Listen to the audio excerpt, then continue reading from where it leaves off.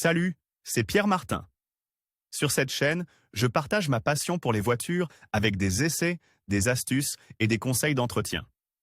Revenons donc au sujet de la Si vidéo. vous êtes sur le point d'avoir 18 ans ou si des changements dans votre vie vous obligent à acheter votre première voiture, vous devez certainement penser à obtenir votre permis de conduire, mais avant cela, vous devez obtenir le permis d'élevé conducteur. Voyons ce qu'est ce précieux document, comment l'obtenir et ce que vous pouvez faire avec le permis d'élevé conducteur une fois que vous l'avez obtenu. Qu'est-ce que le permis d'élevé conducteur? Le permis d'élevé conducteur est le document que vous recevez après avoir réussi l'épreuve théorique du permis de conduire et qui vous permet de vous entraîner à la conduite et de vous préparer à l'épreuve pratique. Le permis d'élevé conducteur est délivré à l'âge de 18 ans, même si, depuis 2010, la conduite accompagnée a été introduite, ce qui vous permet de commencer à pratiquer la conduite à l'âge de 17 ans. Depuis novembre 2021, la durée du permis d'élevé conducteur est passée de 6 mois à 1 an. Pendant cette période, vous pouvez essayer 3 fois de passer l'examen pratique. Ce changement a également été introduit en novembre 2021. Avant cette date, il y avait 2 chances. N'oubliez pas que vous devez laisser passer au moins 1 mois entre chaque examen. Règles et limites, ce que vous pouvez faire avec votre permis d'élevé conducteur. Vous avez brillamment réussi l'examen théorique et obtenu le précieux permis d'élevé conducteur. Que pouvez-vous faire maintenant? Avant de vous lancer dans la pratique, sachez qu'il existe certaines règles et limites à respecter. Vous devez avoir à bord un accompagnateur qui fait l'office d'instructeur, âge de moins de 65 ans et titulaire d'un permis de conduire depuis au moins 10 ans. Vous pouvez exercer sur des routes peu fréquentées. Vous devez respecter les mêmes limitations de vitesse que les conducteurs novices, à savoir 90 km/h.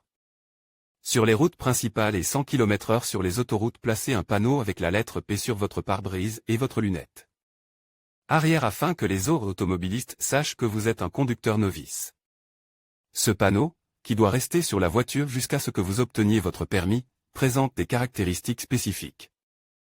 S'il est apposé à l'avant de la voiture, il doit mesurer 12 cm de largeur et 15 cm de hauteur, et le P doit mesurer 9 cm de largeur et 12 cm de hauteur. S'il est apposé à l'arrière, en revanche, il doit mesurer 30 x 30 cm, le P mesurant 18 cm de large et 20 cm de haut. Dans les 2 cas, le fond doit être blanc et le P doit être noir et réalisé en matériaux rétrofléchissants.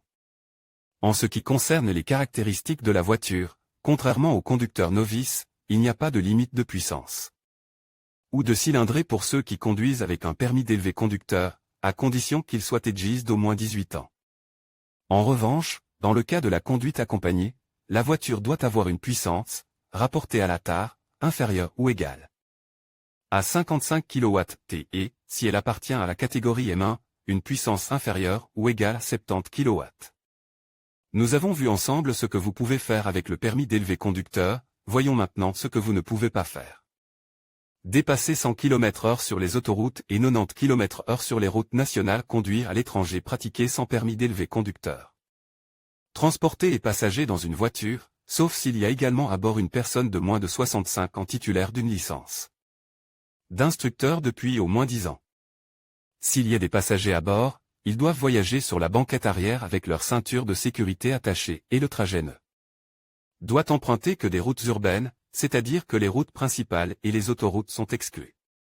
En outre, le trajet ne peut avoir lieu le soir ou la nuit, c'est-à-dire d'une demi-heure après le coucher du soleil jusqu'à une demi-heure avant le lever du soleil.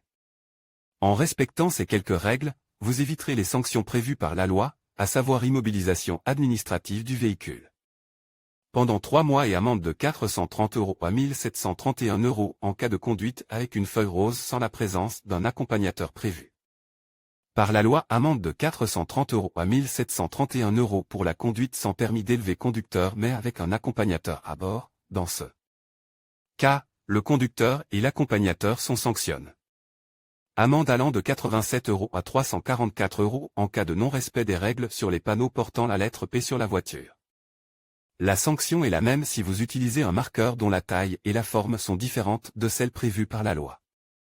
Avec le permis d'apprenti conducteur, vous pouvez vous exercer à la conduite en vue de passer l'examen pratique et d'obtenir votre permis, mais n'oubliez jamais que conduire avec un permis d'apprenti conducteur implique presque autant de responsabilités que conduire avec un permis. L'enthousiasme et le manque d'expérience font qu'il est plus facile que vous ne le pensez d'enfreindre les règles décrites ci-dessus. En outre les risques pour votre propre sécurité et celle de toutes les personnes qui circulent avec vous sur la route, n'oubliez pas que, outre les sanctions, le plus grand risque que vous courez si vous ne respectez pas la loi est celui d'un recours de l'assurance à votre encontre en cas d'accident entraînant des dommages à des tiers. Le conseil est donc de toujours être prudent, patient et d'attendre d'avoir son permis avant de conduire seul ou d'accompagner un passager seul, même sur de courtes distances. Votre permis de conduire se rapproche de plus en plus et vous commencez à penser à l'achat d'une voiture que vous pourrez conduire. Dès l'obtention du précieux document. Venez découvrir les voitures d'occasion pour conducteurs novices disponibles sur Braimbrom. Il vous suffit d'utiliser la fonction de recherche pour trouver celle qui vous plaît et de l'acheter en ligne, même avec un financement pouvant aller jusqu'à 100%. Acheter votre prochaine voiture sur Braimbrom est facile, mais commencer est encore plus facile. Vous pouvez choisir d'aller la chercher dans l'un de nos centres affiliés dans toute l'Italie. Publie dans Guide pratique info pour les conducteurs novices.